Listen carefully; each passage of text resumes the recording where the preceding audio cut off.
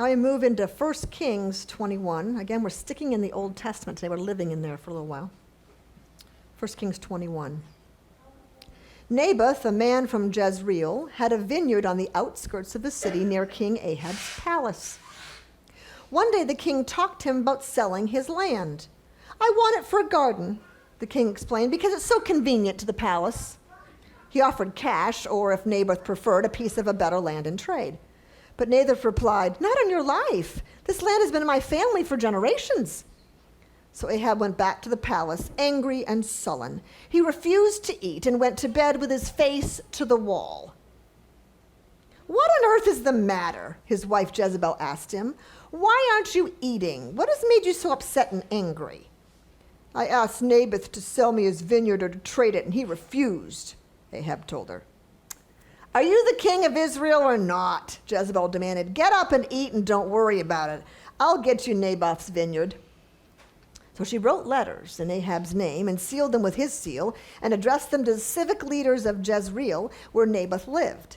In her letter, she commanded, call the citizens together for fasting and prayer, then summon Naboth and find 2 scoundrels who will accuse him of cursing God and the king, then take him out and execute him. The city's fathers followed the queen's instructions. They called the meeting, put Naboth on trial. Then the 2 men who had no conscience accused him of cursing God and the king. He was dragged outside the city and stoned to death. The city officials then sent word to Jezebel that Naboth was dead. When Jezebel heard the news, she said to Ahab, you know the vineyard Ahab wouldn't sell you? Well, you can have it now. He's dead. So Ahab went down to the vineyard to claim it. But the Lord said to Elijah the prophet, go to Samaria to meet King Ahab. He'll be at Naboth's vineyard taking possession of it. Give him this message from me. Isn't killing Naboth bad enough? Must you rob him too? Because you have done this, dogs shall lick your blood outside the city, just as they licked the blood of Naboth. So my enemy has found me, Ahab exclaimed to Elijah. Yes, Elijah answered. I have come to place God's curse upon you because you've sold yourself to the devil. The Lord is going to bring great harm to you and sweep you away. He will not let a single one of your male descendants survive. The word of the Lord. Maybe. So our sermon series is centered around God's intervention. So here are some quotes using the word intervention or intervene in a variety of ways, and see if they feel familiar to you or resonate with you. Okay, you ready? When the children are diagnosed with autism, it's critical to have early intervention. The earlier the intervention, the better the outcomes. Agreed? Sounds familiar? When a couple is fighting and can see no path forward, they often need a mediator to intervene. The older gentleman needed the social worker to intervene on his behalf, as he did not know the Medicare system well enough to make an informed decision. The child had been left alone at 6 years old for multiple nights, so DHR had to intervene. Now the next 2 are a little bit different. After his wife was diagnosed with cancer, they held a prayer vigil for her, and next week the doctor couldn't understand why there was no more sign of cancer in her blood. The couple believed that God intervened to save her. And the last one. Some men accused 2 youth with Down syndrome of robbing and raping an elderly woman. The youths weren't even in the city when the incident occurred, as they were on a field trip. Believing that these disabled youth had committed the crime, the accusers beat up the boys so badly that both of them died of their injuries. The church had prayed fervently for these youth, and while their lives were not spared, right after this incident, the men who did the false accusing and beating lost both of their sons in a drunk driving accident. Many believe that God intervened in the lives of these evil men, robbing them of what was most precious to them, just like they had robbed the other families of their boys.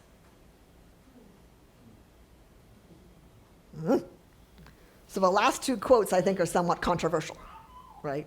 God intervening and curing a woman with cancer, and God intervening in the lives of evil men by somehow causing the deaths of their sons.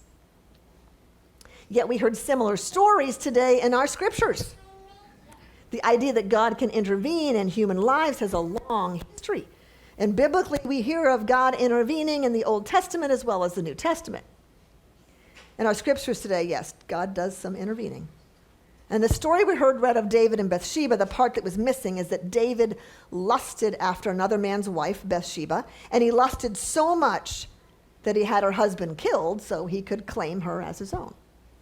God is not happy at all with David for what he's done, and he sends a prophet, Nathan, to tell him what he's done wrong and to tell him that his child will die because of his behavior. God intervenes. In the story of Naboth's vineyard, a wealthy and powerful king, Ahab, who is very selfish, tries to take inherited land from a farmer named Naboth to use for a palace garden. But Naboth refuses the sale. The land is sacred to him as God has gifted this land to him as an inheritance.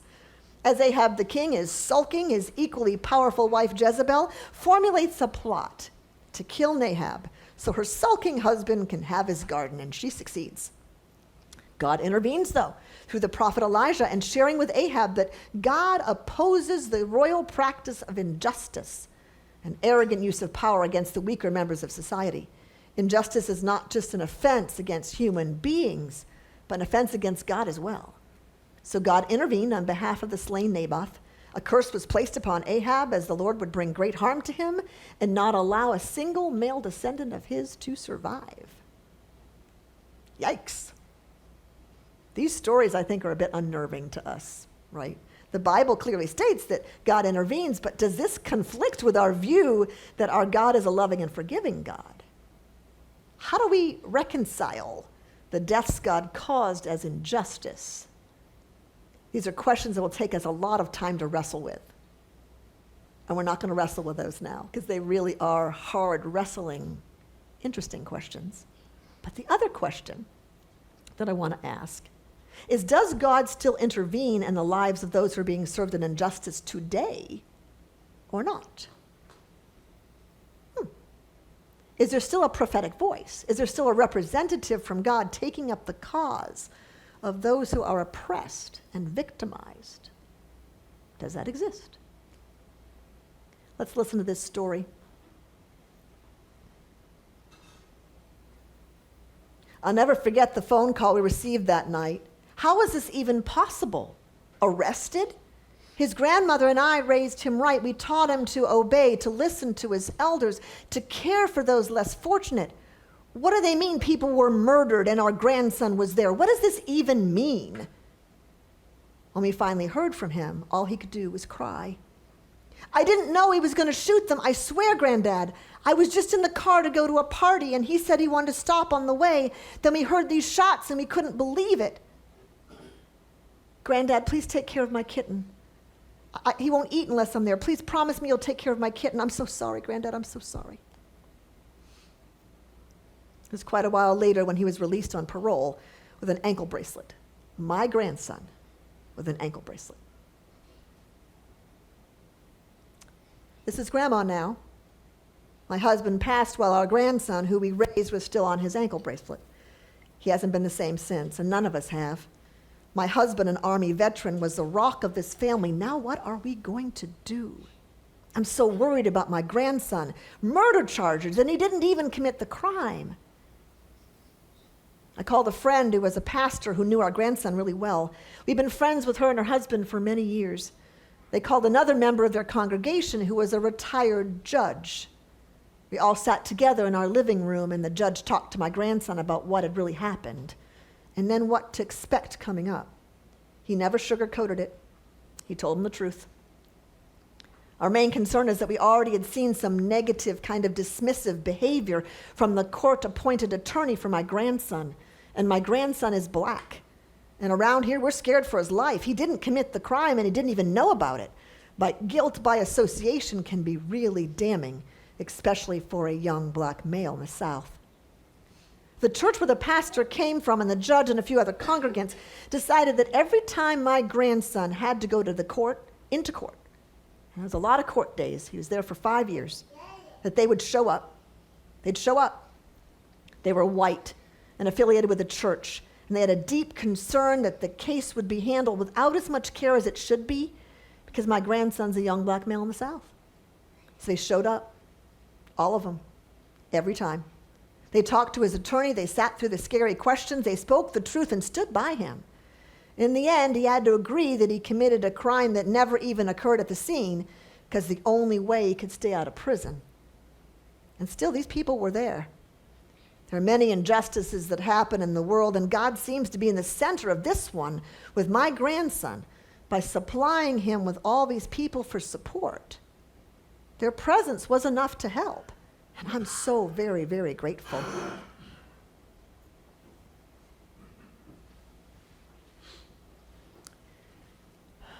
Friends, Elijah is no longer here, and neither is Nathan. But the question then remains, in today's world, do you think that prophets still exist? Is the prophetic voice still active? And that's not rhetorical. I'd like you to answer that. Think about it for just a minute. Do prophets still exist, and is the prophetic voice still active? What do you think?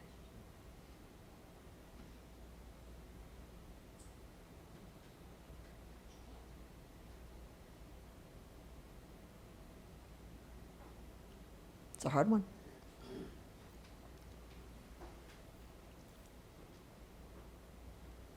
Anybody? Yes? I believe it is, but it sure seems like it's really, really low right now. So you believe that it is, but you think it's really low right now, Yes. and the energy in that is low. God intervenes. Why do good things happen, bad things happen to good people? And why sometimes does it seem like it takes so long to intervene? Of course. So why doesn't God intervene, and why does it seem like bad things happen to good people, and why does it take so long? Agreed. I get that completely, yes. Yep. Yes. I'm going to do a presentation on the Freedom Riders. The Freedom Riders? In the library Right. this fall. And reading about some of those young people, a lot of them college. The young people and Freedom Riders.